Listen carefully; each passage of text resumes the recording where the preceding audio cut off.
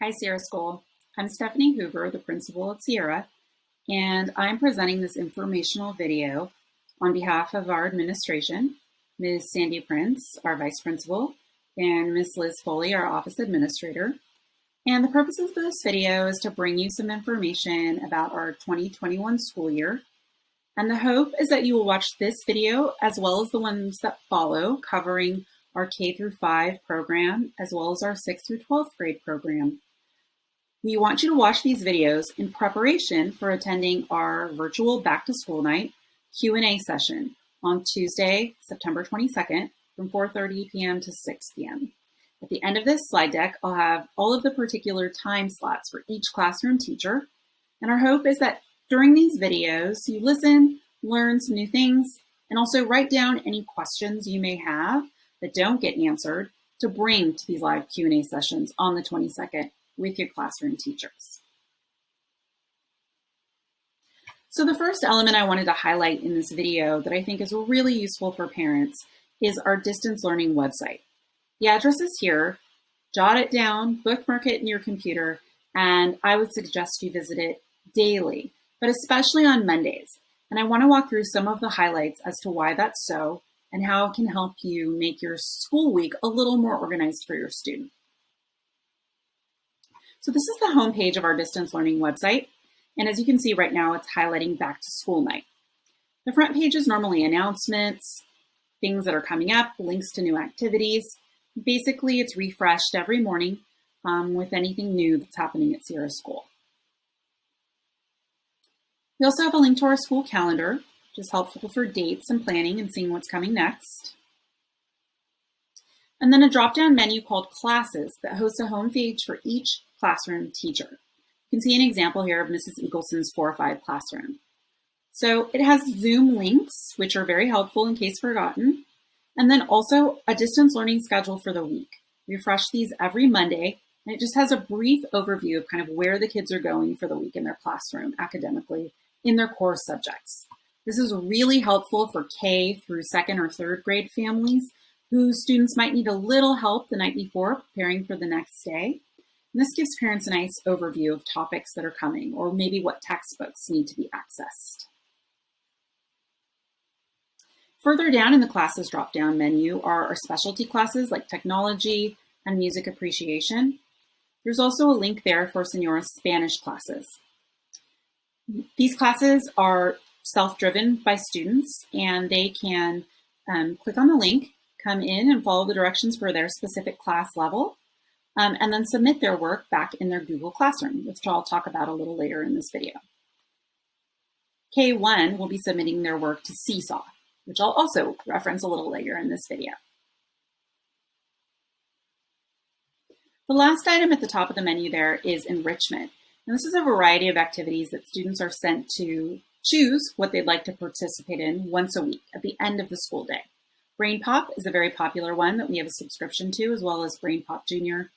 And we keep this list refreshed and updated with things like the Monterey Bay Aquarium exhibits, chess, typing club, etc. So these are all different academically based educational sites that students can access and just have some fun with once a week at the end of the day.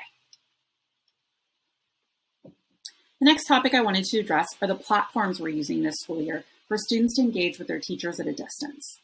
Like I mentioned, K1 students will be using Seesaw, which Miss Monastery will go into a little more detail in her K through 5 video. But I did want to touch on Google Classroom as it encompasses most of our student body in 2nd grade through 12th grade. This is the location where students can see assignments, they can submit assignments to their teacher, they can see what they've turned in and what is missing, as well as checking grades. And that really applies to our 6th through 12th grade students. So what can parents do with Google Classroom? Well, next week, parents will be invited at the 6th through 12th grade level to accept Guardian Report invitations, which means you can log in as a guardian to your student's Google Classroom and get a snapshot of their grade in the course and any work they have outstanding. At the 2nd through 5th grade level, we're going to do sort of an amended Guardian Report where parents will be able to see missing work and work that's been submitted.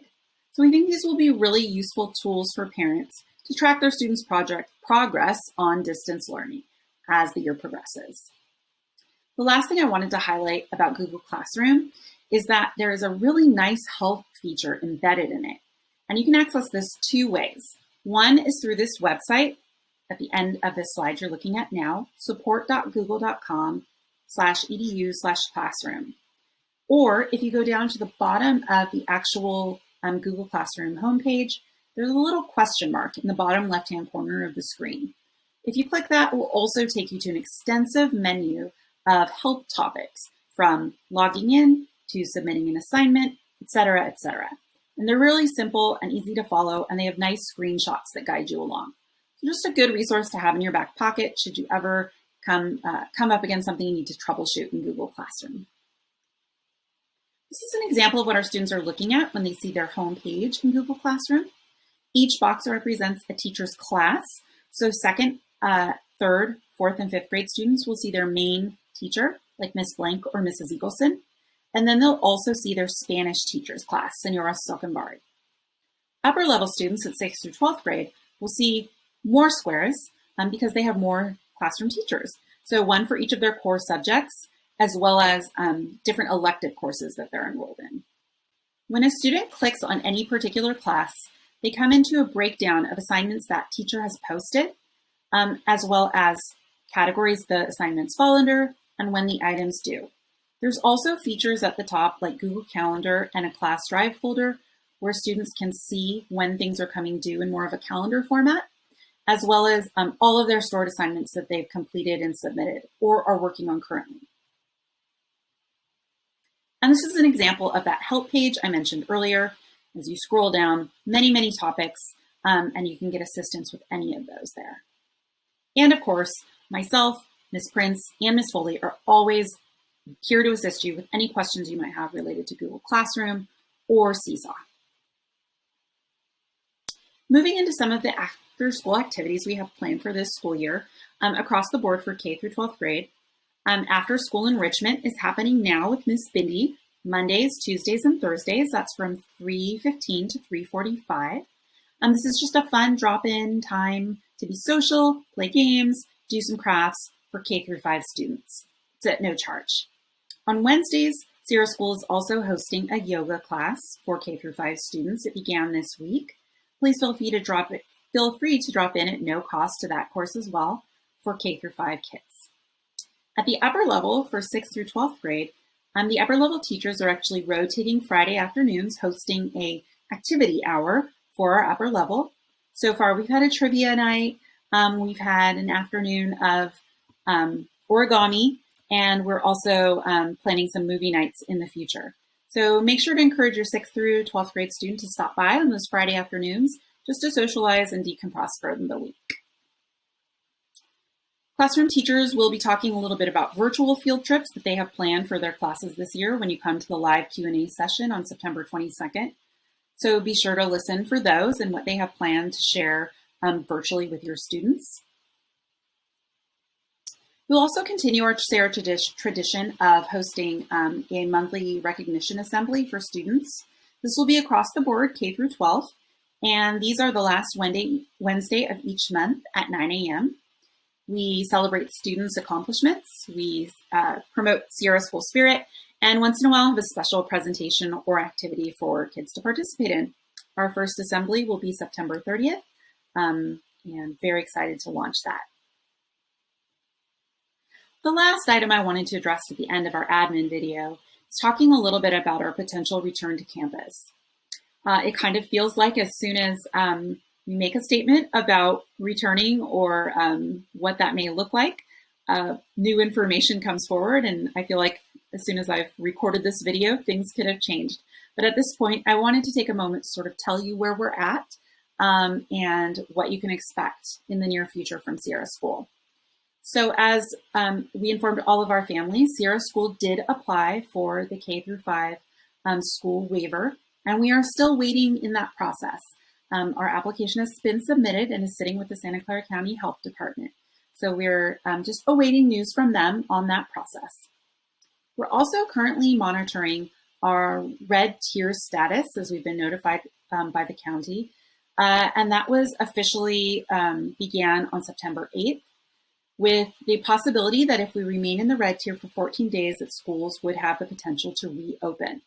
So that would look like something occurring around September 22nd or the 23rd. Based on that information, we're continuing to watch and wait for more direction and information from Santa Clara County, particularly as to how that will look for local schools in our area. No matter what direction Sierra School moves towards in the future with regard to reopening at the K-5 level, reopening at the K-12 level, we promise that we're still also going to offer distance learning.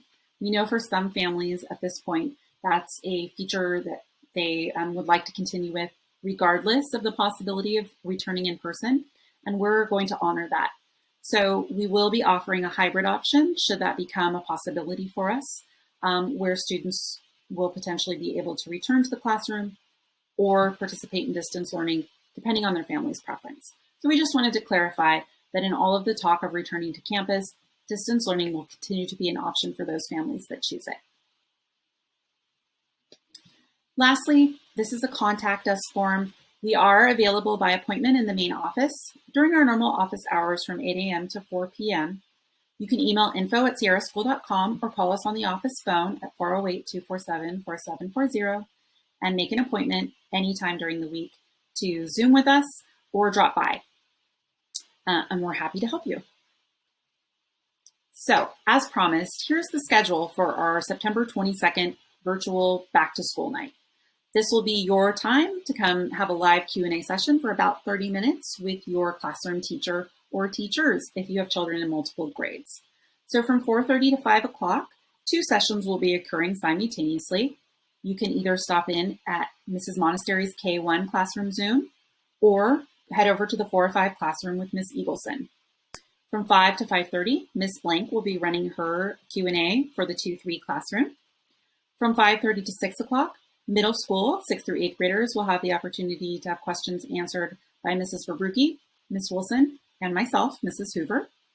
And then finally, from 6 to 6:30 p.m., the same 3 teachers will be available to answer questions for parents regarding the high school program. So that's the schedule for the 22nd. We hope to see you all there. And please, if you have any questions or concerns, do write them down and bring them with you to these sessions on the 22nd. Thanks. Have a great day.